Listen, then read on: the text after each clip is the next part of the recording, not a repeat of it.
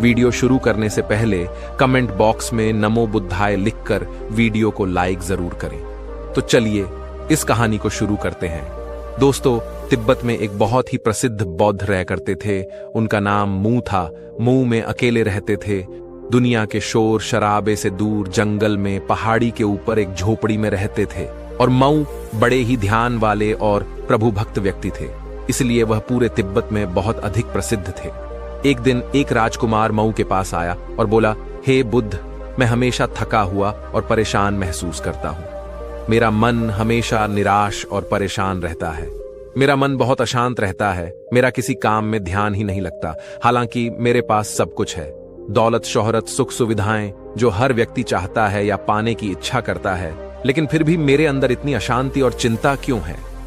मू ने उसकी बात बहुत ही ध्यानपूर्वक सुनी और कुछ सोचने के बाद कहा, तुम इस प्रश्न का उत्तर जानते हो, बस तुमने कभी इस प्रश्न को हल करने की कोशिश नहीं की है। मऊ ने उस राजकुमार से आगे कहा, मैं एक रिसर्च करना चाहता हूं, क्या तुम मेरा साथ उसमें दोगे?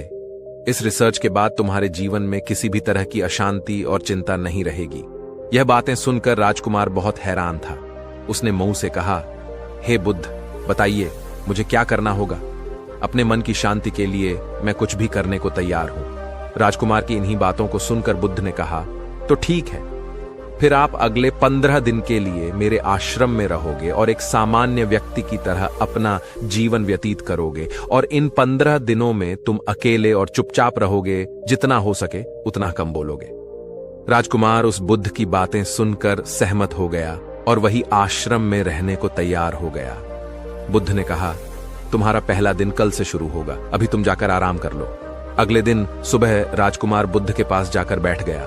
पहले दिन राजकुमार को लगा कि उसका मन सामान्य से अधिक अशांत और विचलित है। उसके मन में तरह तरह के विचार आ रहे हैं और वह आम लोगों की तरह जीवन जीने में असहज महसूस कर रहा था। उसे अंदर से बोलने की इच्छा हो रही थी, लेकिन वह चुपचाप बैठे रहा। उसके मुंह से एक भी शब्द नहीं निकला, बस वह चुपचाप बैठा रहा। लेकिन रात होते होते उसको अंदर ही अंदर शांति का अनुभव होने लगा। उसके लिए यह अनुभव अजीब था। वह खुद से पूछ रहा था कि वह अंदर ही अंदर इतना खुश क्यों है और उसकी आंतरिक बेचैनी और चिंता कम क्यों होने लगी। दूसरे दिन सुबह राजकुमार अकेला चुपचाप बैठा रहा और वह प्रकृति को निहार रहा था। वह पौधों को, फूलों को, आकाश में उड़ रहे पक्षियों को देख रहा था। वह अपने जीवन में पहली बार यह अद्भुत दृश्य महसूस कर रहा था कि उनके पास कितनी सुंदरता है। वह दिन भर प्रकृति की सुंदरता को निहारता रहा और उनकी ताजगी को महसूस कर रहा था। इसी तरह से उसके 10 दिन बीत गए और उसके मन की सारी बेचैनी, सारी हलचल, सारी उत्तल पुथल और सारा तनाव गायब हो गया। 11वें दिन की सुबह राजकुमार फिर से एकांत में बैठ गया और कुछ ही मिनटों में उसकी आंखें अपने आप बंद हो गईं और वह गहरे ध्यान में चला गया। वह पूरे दिन वहीं पर आंखें बंद करके बैठा रहा और गहरे ध्यान में डूबा रहा। न कोई शब्द, न कोई चिंता थी।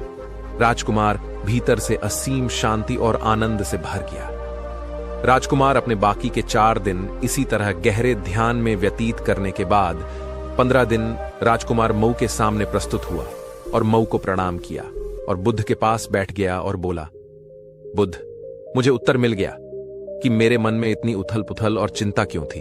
मैं जान गया कि मेरा मन इतना अशांत और विचलित क्यों था। मू ने मुस्कुराते हुए पूछा, बताओ क्या उत्तर मिला तुम्हें? राजकुमार ने कहा, मैं आवश्यकता से अधिक बातें करता था। मैं किसी पर भी अपने शब्द और ऊर्जा व्यर्थ करता था। मैं दिन भर अपने लोगों से फालतू की बातें करता रहता और फिर उन्हीं के बारे में अकेले में सोचता रहता और ज्यादातर समय नकारात्मक ही सोचता रहता था। इस तरह मैं बस अपना समय बर्बाद कर रहा था।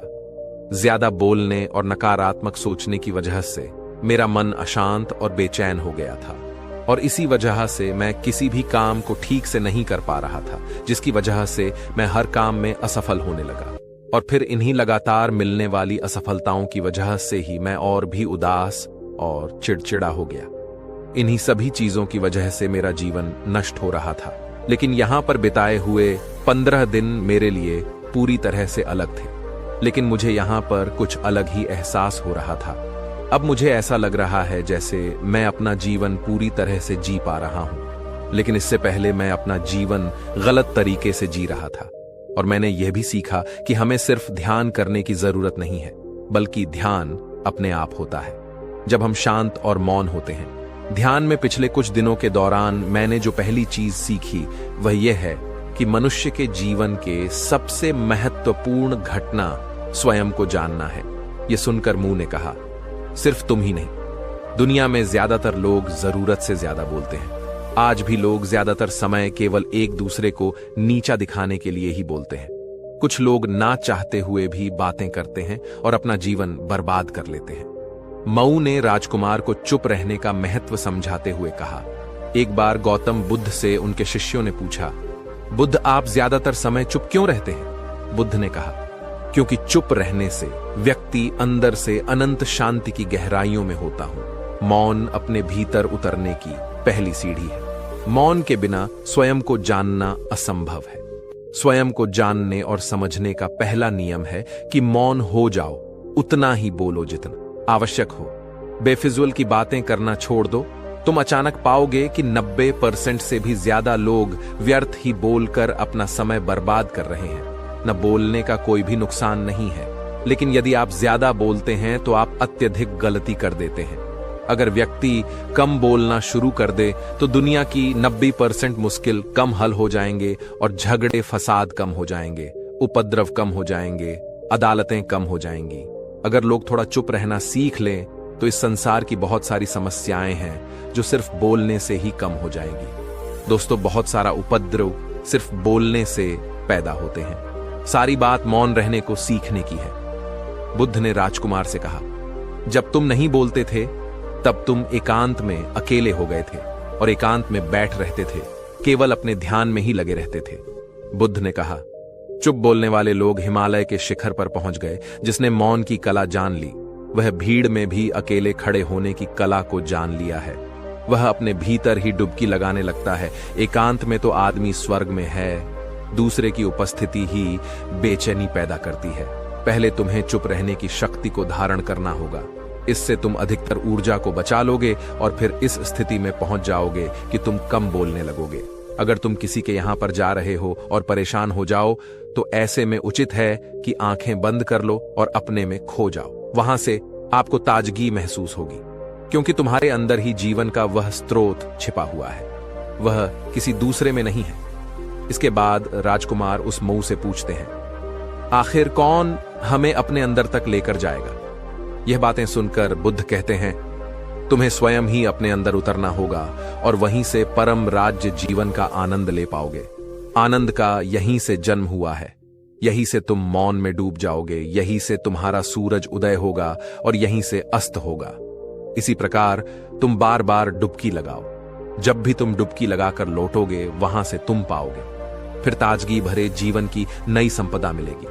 इस नई शक्ति के जन्म होने से तुम्हारी थकान गई, उदासी गई, चिंता गई। जैसे कोई स्नान करके लौटता है तो शरीर शीतल हो जाता है, शांत हो जाता है। ऐसे ही जब कोई भीतर से साफ होकर वापस आता है, मौन में स्नान करके लौटता है, तो समस्त अस्तित्व, समस्त व्यक्तित्व शांत और मौन हो जाता है, आनंदित हो जाता है। जब तुम आंतरिक मौन की उस पराकाष्ठा पर पहुंच जाओगे तब तुम पाओगे कि बोलने से भी तुम्हारा मौन खंडित नहीं होता, वह बना ही रहता है। उसकी एक अंतर्धारा लगातार तुम्हारे भीतर बहती रहती है। तुम बोलते तो हो, तुम शब्द का उपयोग भी करते हो, लेकिन वह तुम्हारे मौन को खंडित नहीं कर पाती। एक बार गहरे मौन में स्थिर हो जाओ, फिर तुम्हारी वाणी में भी मिठास आ जाएगी। तुम्हारा बोलना संगीतपूर्ण होगा, तुम्हारा बोलना सत्य होगा। तुम बोलोगे तो दूसरों पर भी शीतलता छा जाएगी। जैसे ही तुम अंदर से चुप होते हो, तुम इतने शक्तिशाली होने लगते हो कि समाज की निर्भरता तुम छोड़ने लगते हो और तुम्हारे जीवन में एक मस्ती आती है जो केवल दीवानों के जीवन में होती है। तुम्हारे चेहरे पर एक नई रौनक आ जाती है। तुम्हारी आंखें किसी अमृत के समान हो जाती हैं और तुम अनंत शांति के समुद्र में डूबने लगते हो। इतना कहकर बुद्ध ने राजकुमार से कहा कि आपने भी अनुभव किया होगा कि बहुत ज्यादा बात करने से दिमाग अशांत हो जाता है, जिससे हम अपने दिमाग पर नियंत्रण खो देते हैं और साथ ही अपना ध्यान भी खो देते हैं। जो लोग बहुत ज्यादा बोलते हैं उनके पास किसी एक काम पर ध्यान केंद्रित करने की काबिलियत नहीं होती। वह अपने किसी भी लक्ष्य पर पूरी तरह से केंद्रित नहीं कर पाते। अगर हमारा दिमाग एक जगह केंद्रित नहीं है तो हम जीवन की सच्चाई नहीं समझ पाते और ना ही मनचाही सफलता कभी हासिल कर पाएंगे। इसके अलावा भी आपने देखा होगा कि जो लोग अधिक बोलते हैं वो लोग अक्सर लोगों के बीच हंसी का पात्र बन जाते हैं, और जो लोग कम बोलते हैं और अपनी बात पर कायम रहते हैं उन्हें लोगों से सम्मान मिलता है। लोग उनकी बातों को सुनते हैं और उन पर भरोसा भी करते हैं। जो लोग जरूरत से अधिक बोलते हैं और अपने विचारों के बारे में पक्के नहीं होते, उनका दिमाग स्थिर और विचलित रहता है, शोर से भरा रहता है, और एक अशांत दिमाग वाला व्यक्ति जीवन में किसी भी चीज में सफल नहीं हो पाता, क्योंकि वह किसी भी काम में फोकस नहीं कर पाता। यदि व्यक्ति को यह पता है कि उसे कब, कहां और क्या बोलना है, तो वह व्यक्ति सच में बहुत बुद्धिमान है, और ऐसा व्यक्ति जहां भी जाता है उसका व्यक्तित्व आकर्षण का केंद्र बन जाता है, और वह जो कुछ भी करता है उसमें सफल अवश्य होता है। अगर हम किसी महान और सफल व्यक्ति के व्यक्तित्व को गहराई से देखें तो पाएंगे कि वह कम बोलते हैं और कम से कम शब्दों में अपनी बात खत्म कर देते हैं। वो बोलने से पहले वो चीजों और जिसके बारे में उसे बोलना है उनके बारे में गहराई से सोचते हैं। लेकिन जो लोग बहुत ज्यादा बोलते हैं, बहुत बार वह झूठ भी बोलते हैं और अपनी बातों से दूसरों के मन और विचारों पर कचरा डालते रहते हैं। वह ज्यादातर समय दूसरों की बुराई करते रहते हैं, इसलिए उनके अपने भी उनसे नफरत करने लगते हैं और उनसे बचने की कोशिश करते हैं। हमारे भारतीय उपनिषदों में कहा गया है कि हमारे शब्द वास्तविक ब्रह्म शक्ति है। मौन से धैर्य आता है, धैर्य से ध्यान, और ध्यान से हम अपनी इंद्रियों को काबू कर सकते हैं और एक अच्छा इंसान बन सकते हैं, अपने जीवन के बारे में जागरूक हो सकते हैं। इसलिए अगर हम ज्यादा बात करते हैं तो हम मौन को खो देते हैं, जो मन की शांति का पहला स्तंभ है। दोस्तों, आज से हम भी चुप रहने का अभ्यास अवश्य करेंगे। आज से हम भी वही बोलेंगे जो जरूरी है, और हम कोशिश करेंगे कि कम से कम शब्दों में अपनी बात खत्म करें, और हो सके तो कोशिश करेंगे कि रोज कम से कम 10 मिनट एकांत में चुपचाप बैठेंगे। और मुझे पूरा विश्वास है कि इससे हम सबके अंदर एक सकारात्मक बदलाव जरूर आएगा। आपका जीवन पहले की तुलना में अधिक ऊर्जा से भरा हुआ होगा। आप जो काम करने की सोच रहे होंगे वो काम खुद होता चला जाएगा। आपका ध्यान भी हर एक काम में पूरे फोकस के साथ लगेगा। साथ ही आपको दुनिया से भी एक सम्मान मिलेगा। लोग आपको सम्मान की नजरों से देखेंगे। आपकी कही हुई हर एक बात पर लोग भरोसा करेंगे। आपकी ऊर्जा का राज पूछेंगे। आप इतने एक्टिव कैसे रहते हो इस तेज चलने वाली दुनिया में? आप सबको पीछे छोड़ दोगे। राजकुमार को बुद्ध की बात समझ आ गई। राजकुमार ने बुद्ध को प्रणाम किया और अपने महल में वापस आ गया। उस दिन के बाद राजकुमार कभी निराश नहीं हुआ। वह अपनी प्रजा के साथ भी सामान्य जीवन जीने लगा।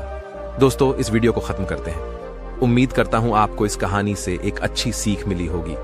ये कहानी आपको कैसी लगी हमें कमेंट बॉक्स में कमेंट करके जरूर बताएं, और साथ ही इस कहानी को अपने दोस्तों के साथ जरूर शेयर करें ताकि उन्हें भी इस कहानी से कुछ सीखने को मिल सके।